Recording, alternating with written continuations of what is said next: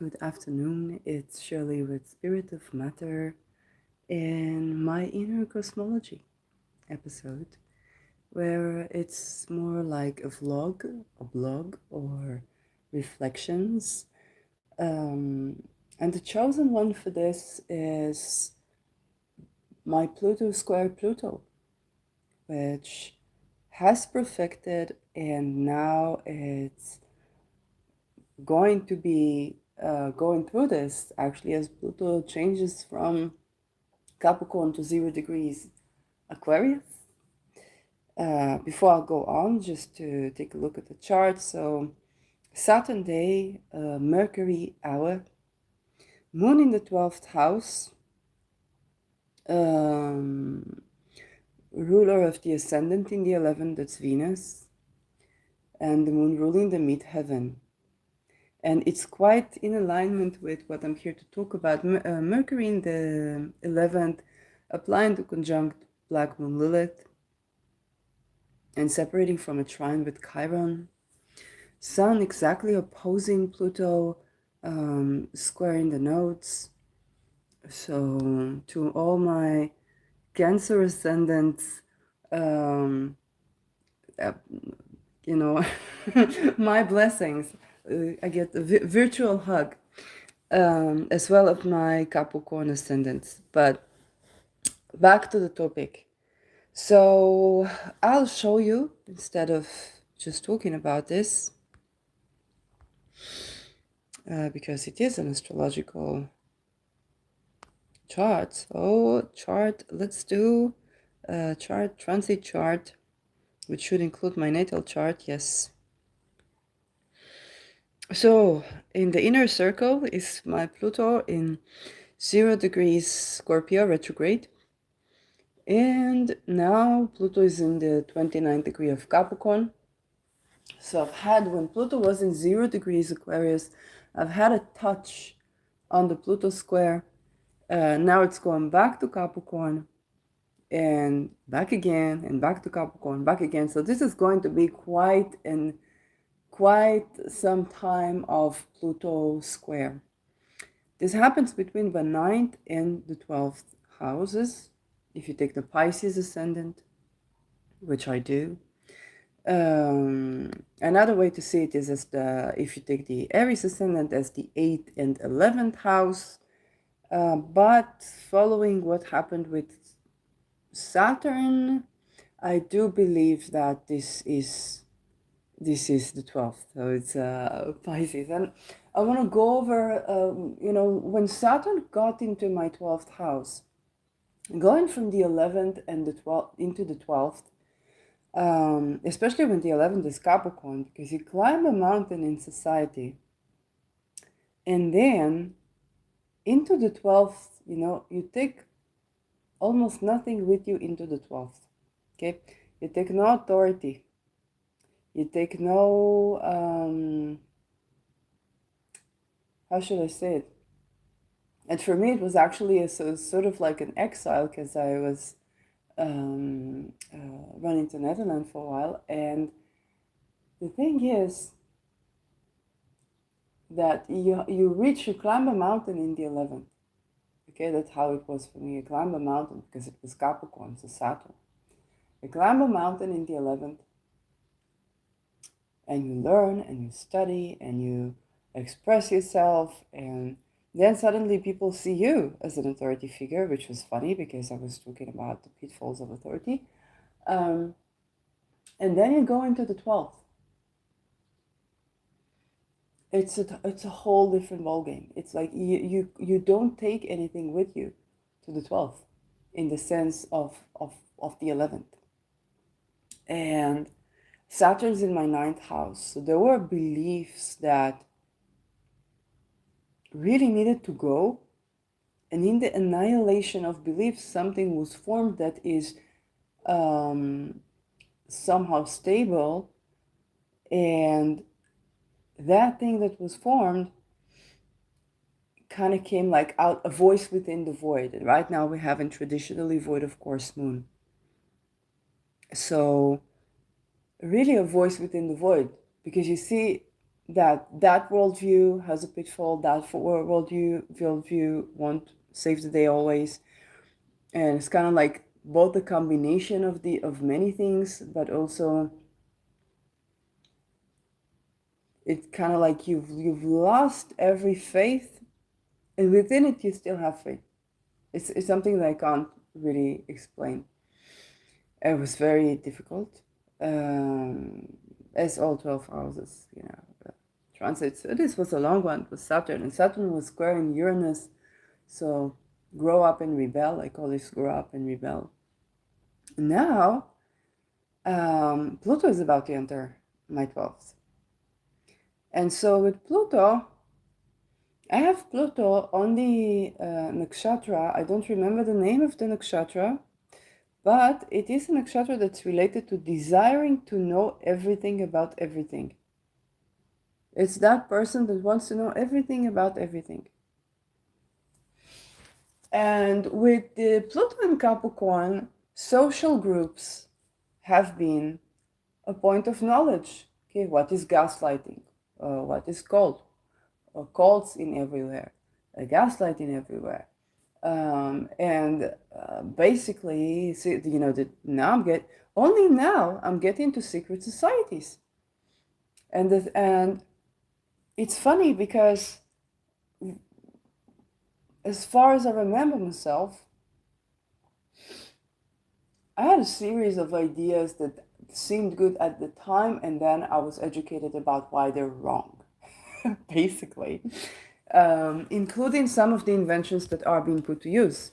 Okay, think about the thingy that you put in the brain to regulate the brain waves. I thought to do that. Fortunately, I didn't do it, but unfortunately, some other people did. It's not as useful as we thought that it may be. Um, uh, but other good things like houses that derive their energy from natural disasters. Okay, so there can be the energy of the house, and then if there is a natural disaster like the wind or the flood, then not only does the house not break, but it can float and basically take the energy of the disaster to use it to energize itself. That's, I think, the only idea that survived. Or when we were talking about within things that happen within the earth, and so I was thinking about interfering in the weather. That did not age well. So fortunately, I didn't do it, but I was thinking that it's a good idea, you know. That did not age well, and so I always admire those big minds, the Enlightenment, the scientists, the this, the that. And they were all this part of like the Freemasons. So I wanted to be a Freemason. And it was, I think, in academia, okay? I don't remember if it was the first degree or already the second degree. And I said, oh, well, I'll try to apply to the Freemasons. I found a lodge that was accepting of women. And then they wanted you to sign a document. I said, I know. And they wanted you to be secretive. At that time, I already knew about myself, I don't do secrets. I think it was about 2006, 2007. I remember the painting that I painted. It was of a person that's made of a brick wall, and the brick wall explodes. And I said, you live your life all the years building a brick wall, and now you want to be open, you want to be vulnerable. It's like, now go ahead and break a brick wall. Kennedy did it, and got sacked for it.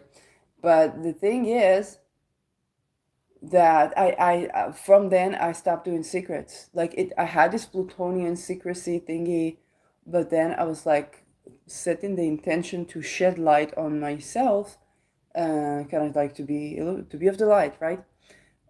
So that was why I didn't apply, like I didn't finish my application to be a Masonic, basically.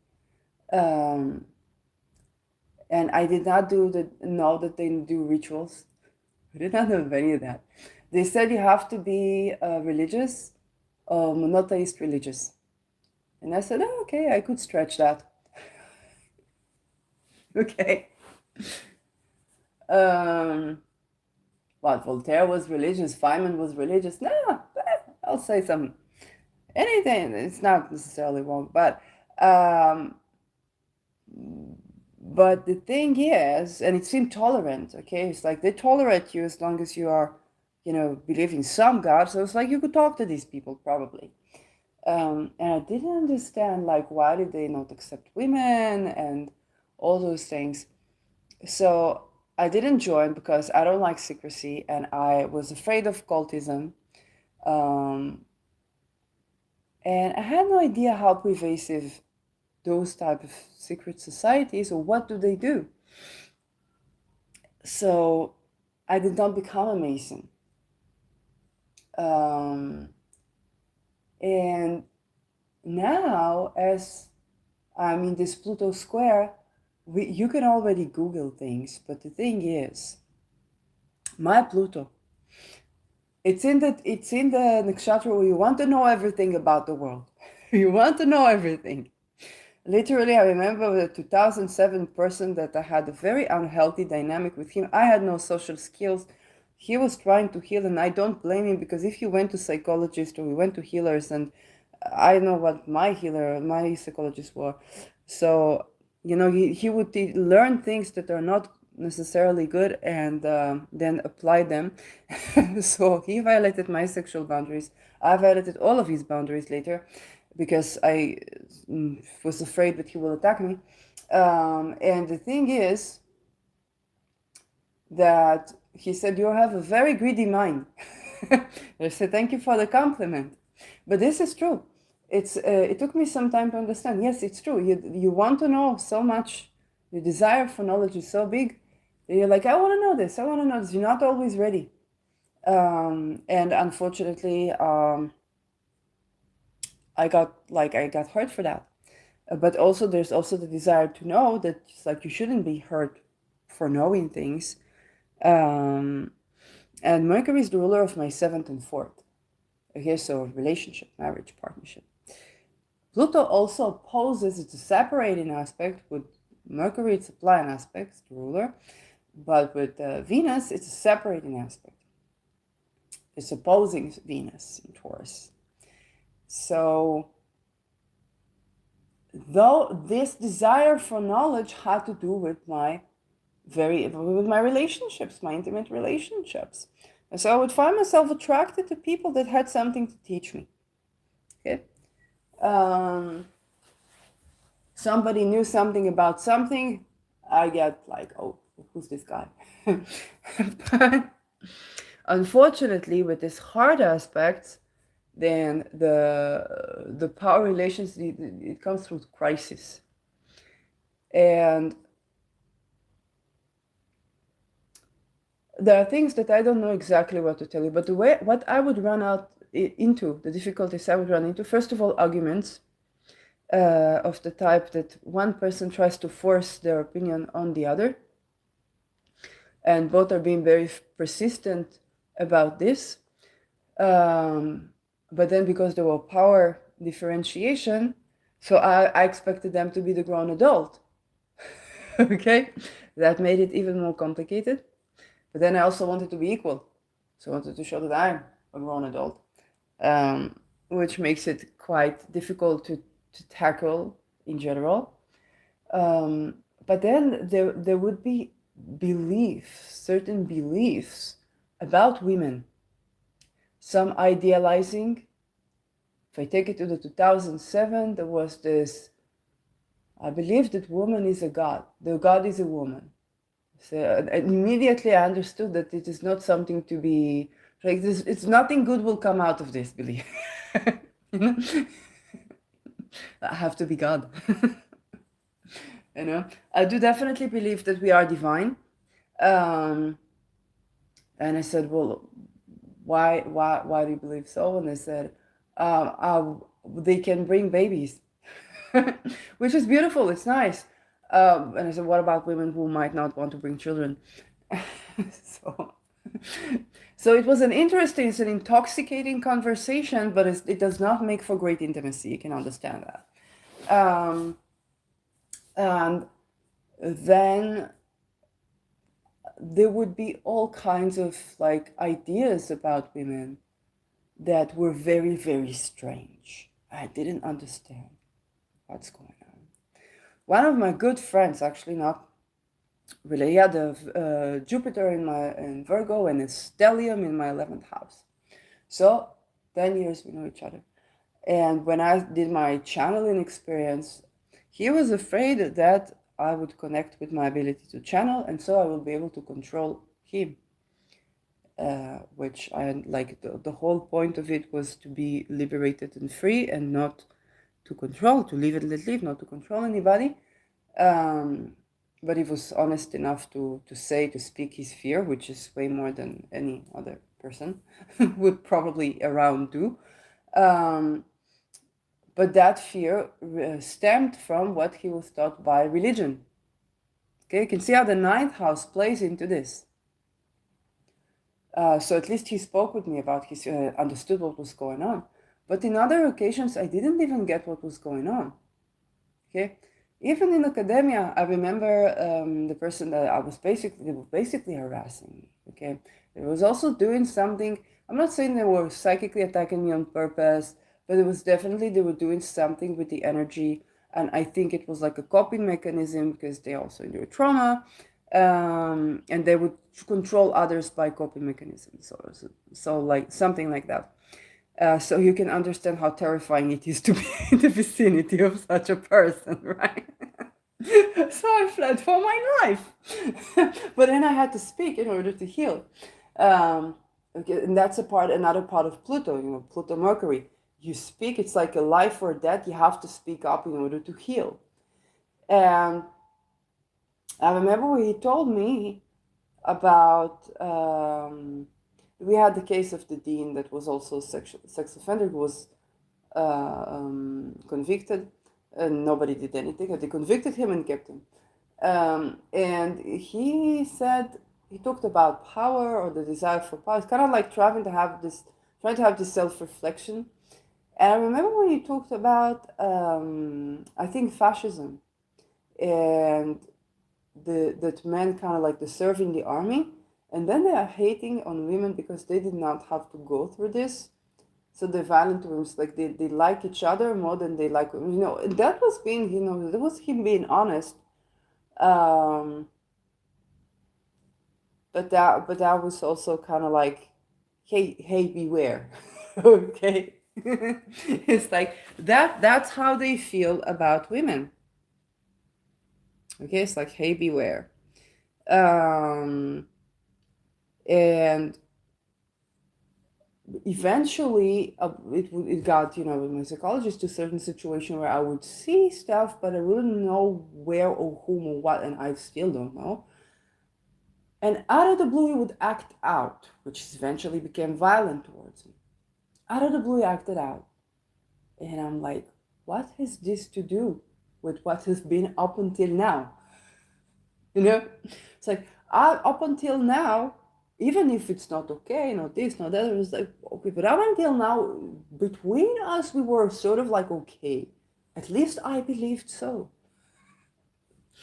Nobody told me anything.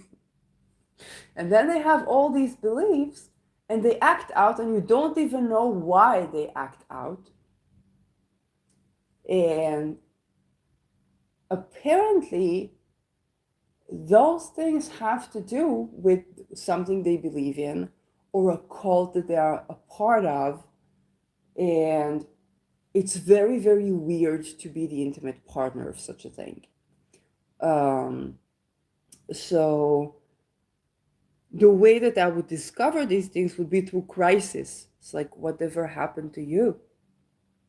Or my psychologist trying to tell me that, I don't know what, my eroticism or this, like, if I have considered what power it has over him, and I'm like, we're sleeping together. What power? it has context, like I talked about this in other episodes. But I was like, we're separate. What power? I should be asking what power you have over me in this situation. But I didn't say it outright. But the thing is, there was a very fated quality to these type of dynamics.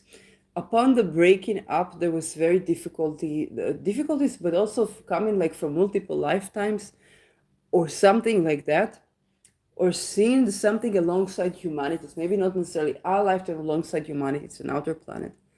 Um, and the reason I'm saying this is now as Pluto is kind of like in the 11th, now I've gotten to learn about stuff like Egregore or the magnum opus by, I don't remember what was his name, which was a synchronicity with the Caitlin Koppock stuff that I ordered. And the whole like Masonic thought, and you both understand some things, and I'm still like, I don't know everything. Okay, I would look and I would see, here Illuminati, here this, here that, and I was like, well, there is such an X, such as X is a cult, and you don't know who is who. Like, you don't know. I didn't understand. I wrote a satire about how pervasive are certain types of behaviors, and that was having to do with what I now understand is trafficking people.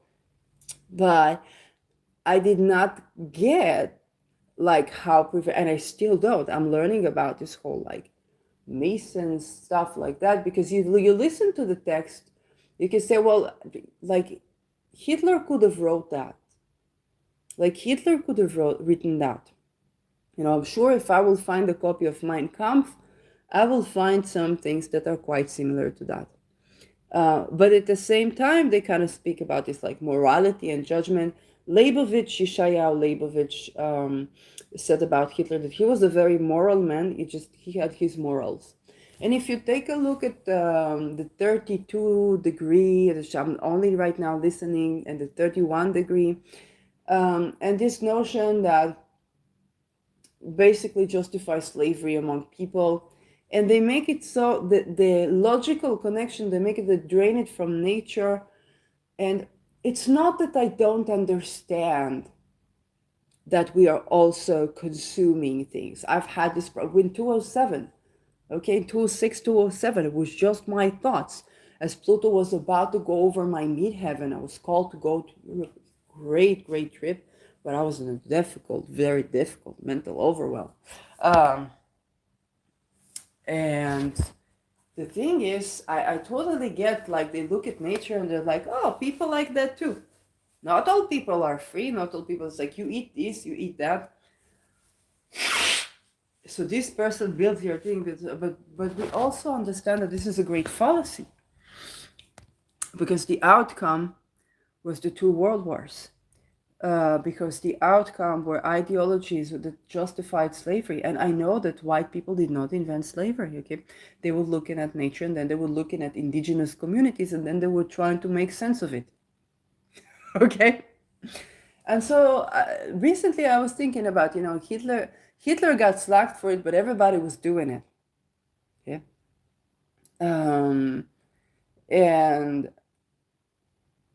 And that comes alongside attempts to have justice in a way that is practical. However, more and more things he kind of discovers that people have to do stuff to show that they are true to the society or the cult. And it's about a situation that if you look around, it's not like they were religious, and it's not like the religion around them was sophisticated in the sense that it allowed to live and let live. It would persecute people who would think differently. And so what they try to come out with is a secret society that unifies religion. Okay? It's not necessarily like a bad thing. And it's understandable that they had to be secret, and understandable that they were persecuted. And they built great things. Like, you can't ignore that. There are segments of the world that are more free at the expenses of others.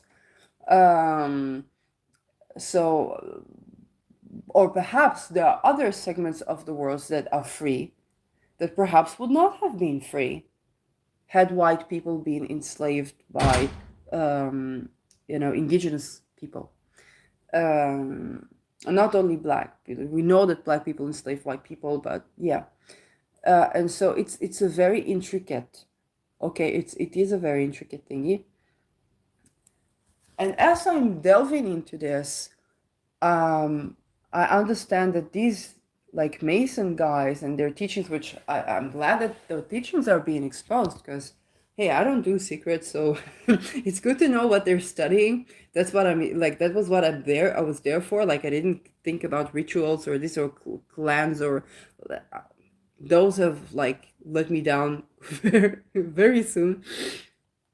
But the thing is that um with Pluto advancing towards my second house, I'm getting the kind of like the oracle stone in the sense that both I met through Austin in a very peculiar way. I found out about Caitlin Kapak, and she did the Temamundi all in the background, kind of like in secret. And I was like, oh, I gotta pre-order it. Somebody worked on 16 years for that, and I found out she has probably 16 years is means that that was when my Pluto was on my midheaven.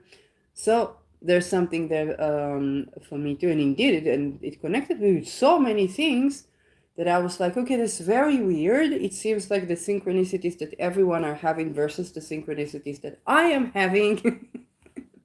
It's kind of like I'm over. It's like it's kind of not overdosing, but like there's way more. Um, and I got this like literally magnum opus. It was a mistake, by the way, because the name of the book is a different name of the book, but they uploaded it with the title magnum opus.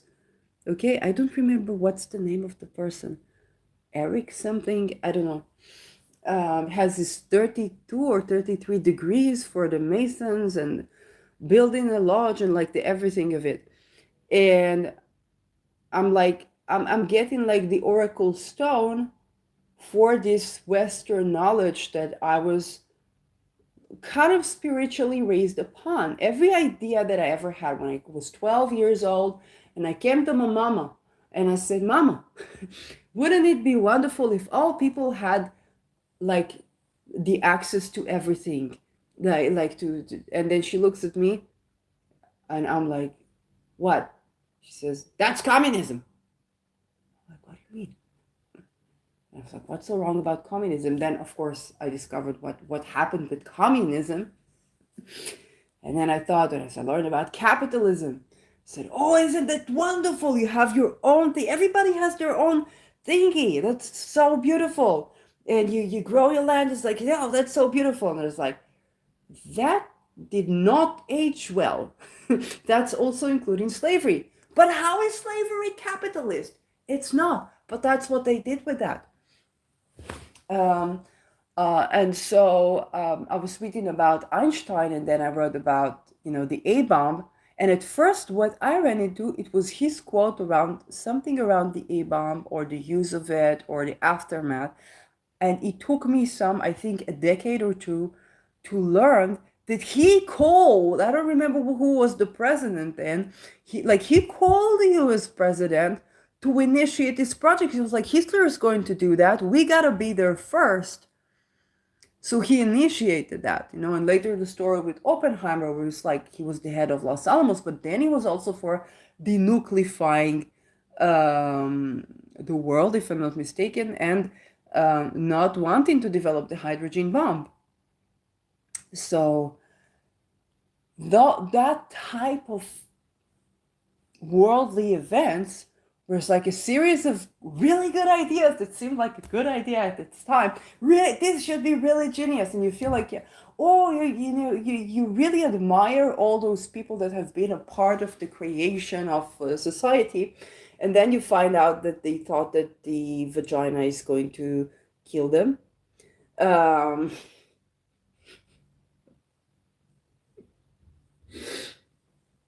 um, and that only virgin women can be a part of a ritual because women that are touched by men are corrupted. When a guy tells me who he is, I believe him. But this is like this. Everyone,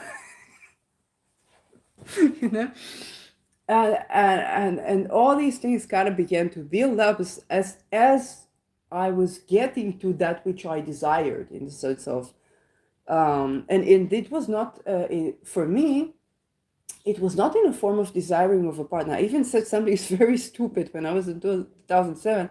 The person was kind of flirting with me in a way that I didn't understand, and I say, "What do you try to make me want you? Don't try to make me want you," because I knew he was not looking for a relationship with me or anything, and I was very young. I wasn't thinking about relationship. He said, "Don't make me want you. When I want something, I get it or I try. So don't make me want you. It's not an energy that you put on a person.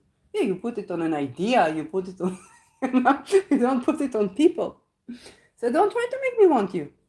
No, not useful. Why you do that?" um, okay, so you can think of how silly and funny and horrid that saying was. Um, but the thing is that indeed, when I have a drive to know something, I don't dedicate it, I don't put it on a person, because I understand it's a very big drive. It's a Pluto, it's another planet. I don't direct it to a person. And even if I'm drawn to a person, then I think, okay, what is the field of knowledge that they are bringing? I need to go study that. And then it's kind of like I have this passion to go study that rather than to interfere with the person. Like put all this much energy on a person, especially uncalled for. So, but even if called for, or even if there is a partnership, it's like, okay, this is something we're supposed to study together. One thing I remember, it was actually the 2007 guy that kind of showed me this quote by Goethe, which was also a Mason, and that quote by Goethe about love. I didn't think about love at all. He was thinking, oh, love, relationships. It's thanks to him that I began to think like that, because I was thinking about the person, the personality. I was a writer, the character, and that quote was like, love is not two people looking at each other. Love is two people walking towards the horizon. Okay, walking together towards the horizon. And I found this to be very, very beautiful. And so I was looking for that horizon. Literally, no, I cannot. Okay, literally, I was, one of my prominent users was looking for a future, because I was not looking for a partner, I was looking for a future, for that horizon.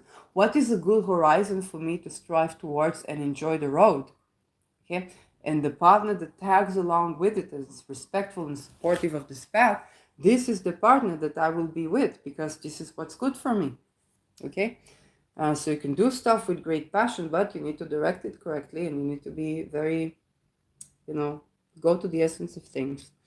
And so for me, it was about fields of knowledge, and the getting what I want, or the holy grail, was about getting to learn the things that I came here to learn.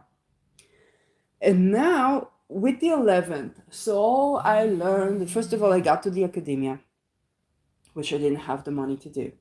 So I learned about politics, and I learned about language, I learned about psychology, I learned about psychiatry, and I learned about medicine, I learned about philosophy of science, all by most of it by myself, other than the courses that were very informative.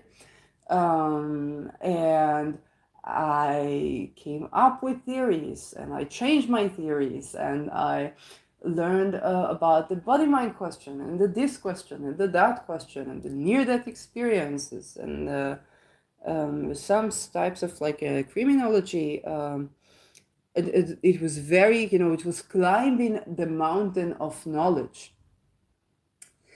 And now, and also about the some of the faiths, through the medicine, so the faiths, the beliefs, and to some degree the politics of those medicines, whether it's and astrology, of course. Yeah, I don't know Chinese astrology. Yeah, but I listen to Vedic astrology. I might not be able to give you a reading, but I listen to Vedic astrology, Western astrology, Babylonian astrology by Crossi, um, which is fascinating, and of course physics and stuff like that. Um, and now, as I'm climbing this mountain and reaching to the peak of it, it's like, hey, here's the Holy Grail. Here is what all of these guys that were Masons, hey, look at what they were learning. Read that. It's first of all, it's impressive and it's honoring, and it's also understanding, look what they learned. And I got actually, I had a psychic attack where I was kind of shown between the two world wars. But I was shown, it was about, I think, Jung and whatnot, and how humanity tried to liberate the collective unconsciousness, but look where it led. Okay? Um, and and that was kind of a very annihilating thing. And I was also saw certain things about, I think, China. Yeah, because I was studying TCM, so I was like, but look what these people did with this. Look how they applied this. Look what they did, um, and and so I was still trying to like kind of sift and sort and take the good stuff from the bad stuff, you know, because it is the case that I learned about the world by the people who had bloody hands, right? And there is even a saying that says, you know, if now with Rao approaching Aries, that society that has his thinking not done by warriors, or his words not done by thinkers, then this is the worst thing. You know, if you have if the person who thinks and the person who fights are two different people, then you have bad wars and horrible thinking. Um, so it's kind of like the head and the tail of the dragon, in a way, where you try to unite theory and practice in a way that is actually applicable. And the Masons, they definitely did encounter this dilemma in their like scriptures or something like that. And then of course there were the bad applications to that too. So the feeling is that I'm climbing this mountain. I'm getting to this very much the peak of this mountain. Okay? It's like you're at the peak of the mountain of knowledge. And as Pluto goes into the 12th, kind of like, you know,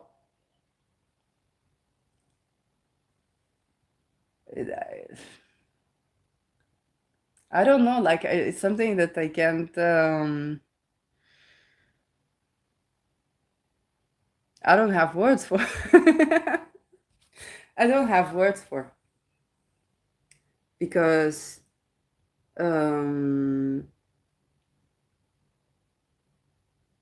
you see that all these great thinkers and all these great men that try to do good, it's like, okay, this is what the endeavor of Western humanity amounts to.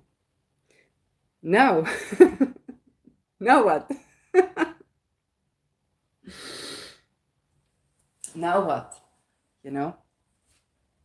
Um, and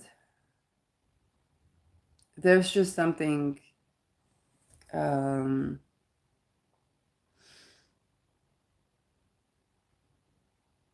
quite, you know, of course there's something quite frightening about this move, this moving.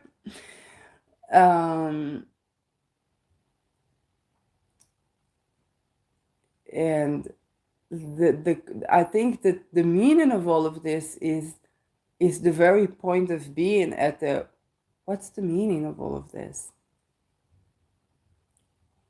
Because that's the meaning of all of this. So you know, what's a person to do? To put my hands to the paper whenever I can. Oh, to tell a story. Um, but that's pretty much, you know, that's pretty much my thoughts. And again, you know, this transit of Capricorn, Aquarius with Pluto will be taking some time. So until Pluto is finally out of the 0 degree Aquarius for good, um, and the square is beginning to separate, which will take some more years. Um, well, 0 degree Scorpios, like it's a roll call. What you think? That is, um, and along the roads, of course, there were the disillusionments. And I have, you can see here, I have, oh, you cannot see, Juno is 27 degrees Gemini, okay, with the IC here. And so it is opposing and out of sign opposition to Neptune retrograde. So haven't took a close inspection to my chart in a while, actually. So in the beginning, you study only your chart, and then you study everything around the globe, and you're like, oh, this is my chart. Hi, good to see you again. And this moon is also squaring Aries in 15 degrees of Aries, by the way. So, and out of bounds. So, and here the Uranus, you see here, it inconjuncts both the Sun in a separating aspect. It is in orb, and the Moon is inconjunct Uranus. You don't see it. Okay? I didn't see it until recently. So even when you study something, you study yourself for years. And with that Juno, there's a tendency to idealize. Okay, and so if I would fall in love with someone, I would think, oh, they're like that. They're like the enlightenment. They're like the this. They're like the that. I was like, okay, now I'm enlightened about the enlightenment. Both the good and the bad. You kind of like look at this in an honest appraisal, and you see that, yeah, there were good things created in a way that was the most practical for the time. And I was like, now it's time to change the times, and yet, you know, we had this conversation on Twitter. I think I'll call it the great Twitter break.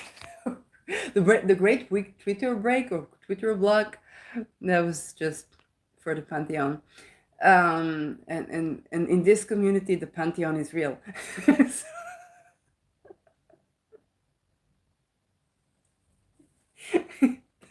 That is,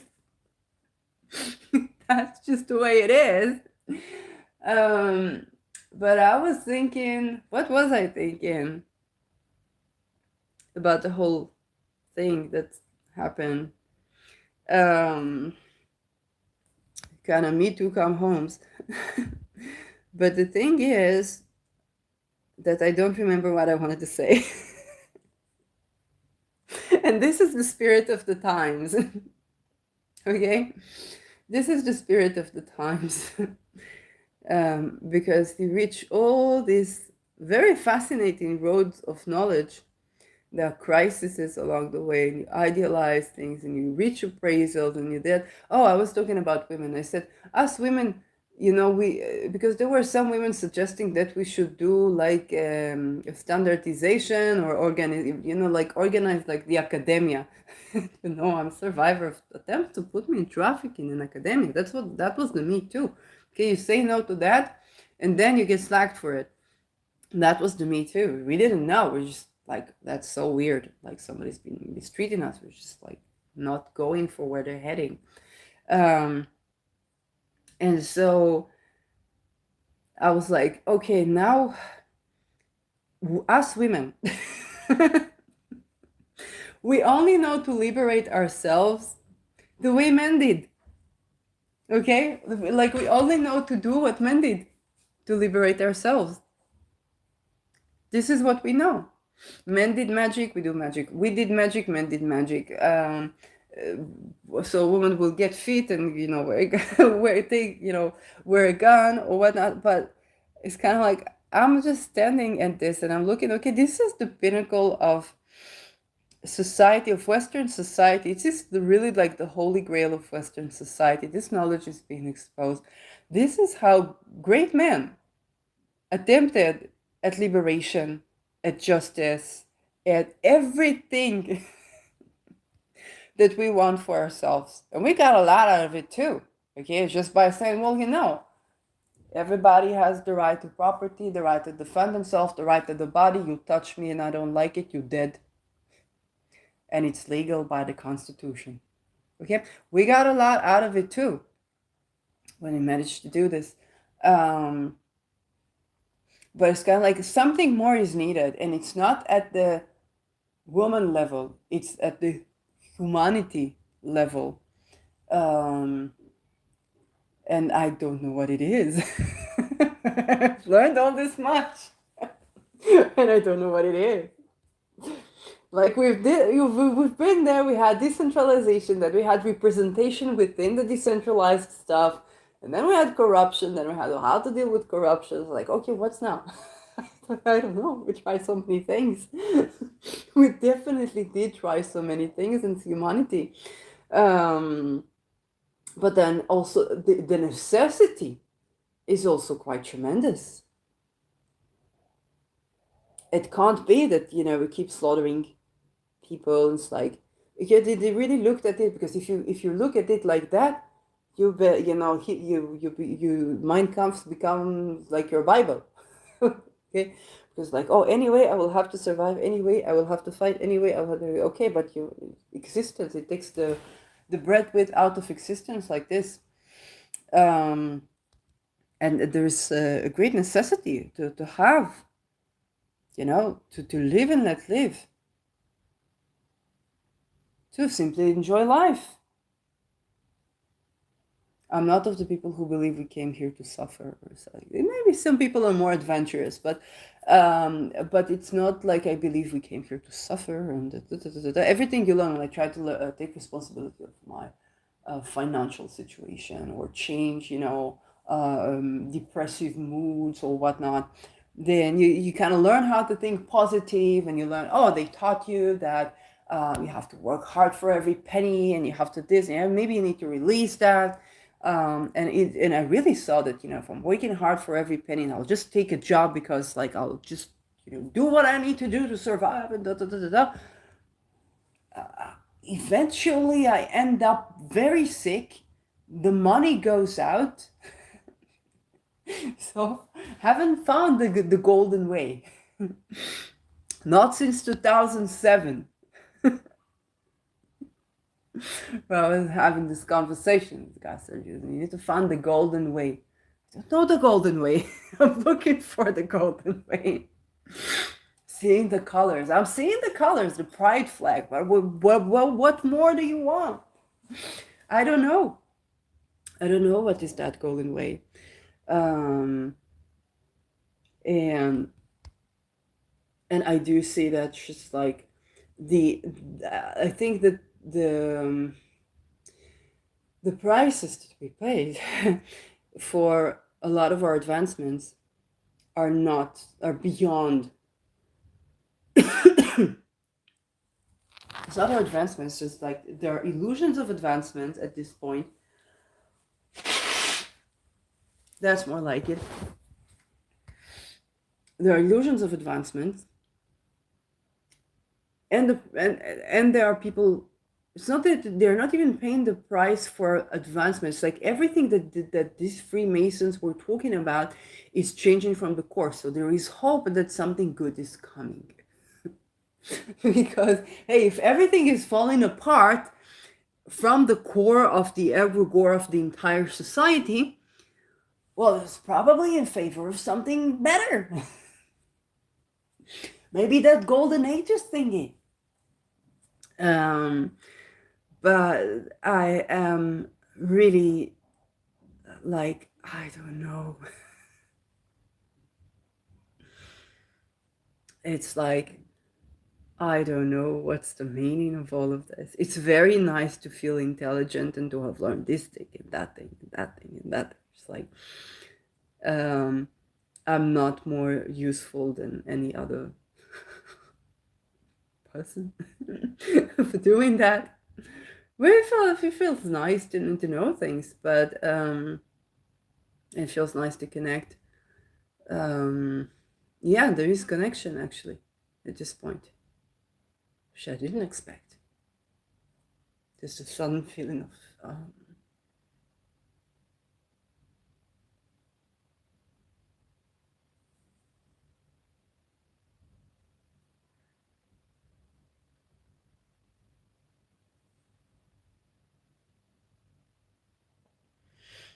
a connectivity to something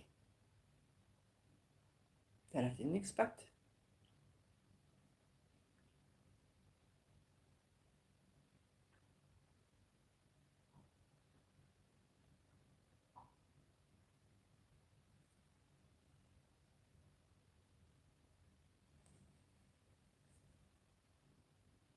I can understand to a certain degree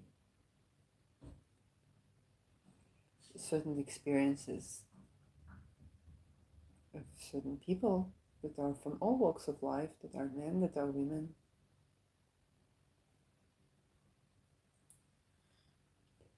Um,